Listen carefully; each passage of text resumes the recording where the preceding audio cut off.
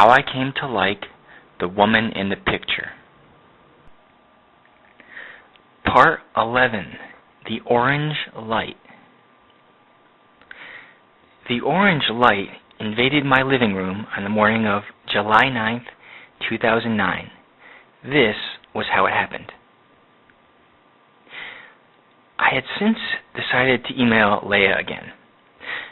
The purpose of this email was to tell Leah all about the Somewhere in Time movie which I had watched the evening prior, the evening of July 8th.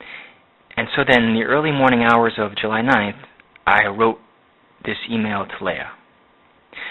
Bottom line, I couldn't sleep, and because I was excited about all the coincidences I had since been running into, and only I had wanted someone to share my excitement with. I imagined that Leah would have been excited too.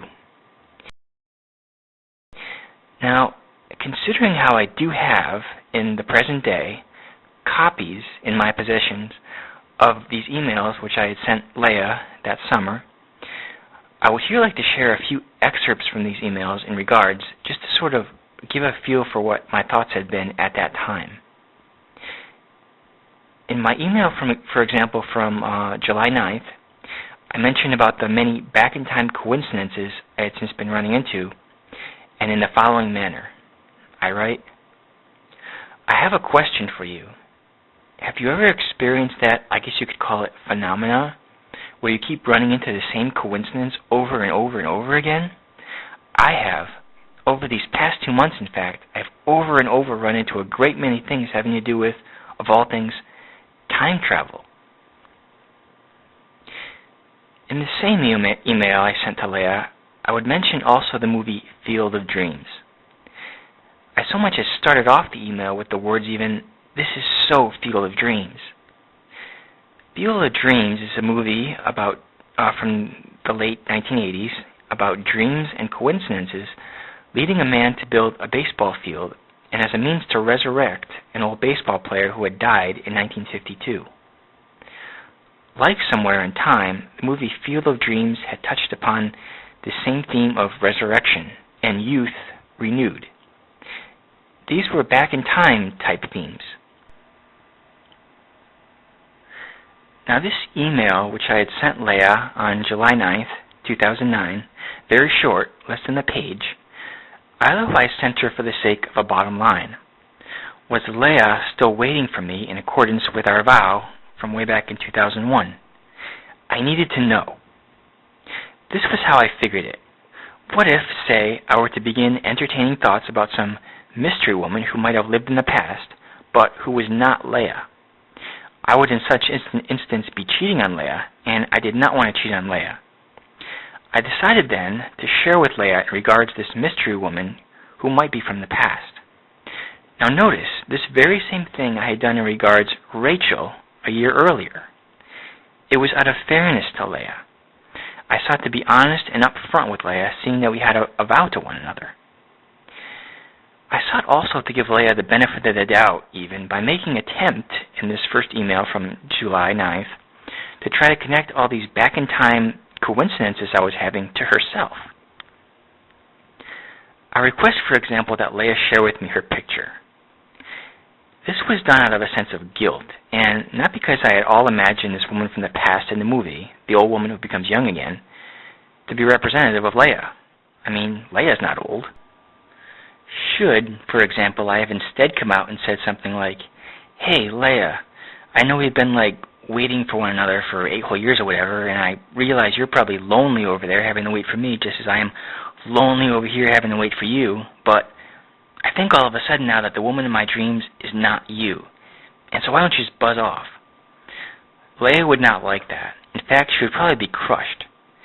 I did not want to hurt Leah or hear news later on about someone who had jumped off a bridge, and so instead I wrote, scan and email over a picture or two from when you were 19 or whatever.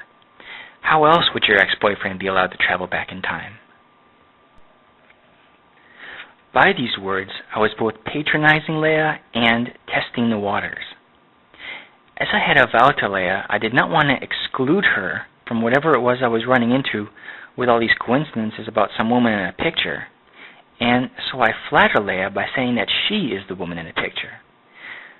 To some extent, just to kind of see what kind of response I might receive. For example, had Leah written back and shared with me her picture, then all my considerations about some woman from the past, being the mystery woman, would have been over and done with, and irrespective of any movie or dream or coincidence. Reality overrides dreams and coincidences every time, and the reality was that I still had a vow to Leah. If, on the other hand, Leah were to remain silent in response to my picture request, this would have had the same effect as it had had in regard to Rachel the year earlier. That is, Leah was still waiting for me, but was anyhow giving her silent consent that it would be all right if I, in my apparent loneliness, decided to entertain thoughts about some mystery woman from the past. Silence can, of course, be a message in and of itself. Afterwards, for example, I would consider the following passage from the Bible, Numbers 30:14, which reads, "But if her husband, or wife, or boyfriend, or girlfriend, or whatever, altogether hold his peace at her from day to day, then he establishes all her vows, or all her bonds, which are upon her. He confirms them, because he held his peace at her in the day that he heard them." Yes, the Bible, you say, but this also here is common sense. It's like that old expression, no news is good news. The basic idea here is that wherever a person to say to you, yes, yes, yes, or statements which anyhow carry the weight of a yes, and an answer perhaps to a vow that you had made them, but then afterwards this person is silent, such silence may be interpreted as a confirmation of all the previous yeses. The only thing which can in fact ever end or break a vow are the words no, or go away, or something to that extent. Silence alone, or should I say blind assumption as to another person's feelings, are never enough to break a vow. And this principle is one I live by in regards to my vow to Leah. However, there existed one last possibility in regards to my picture request to Leah, and this was that Leah released me from my vow by responding back to my emails in the negative. A frowny face, a thumbs down, anything.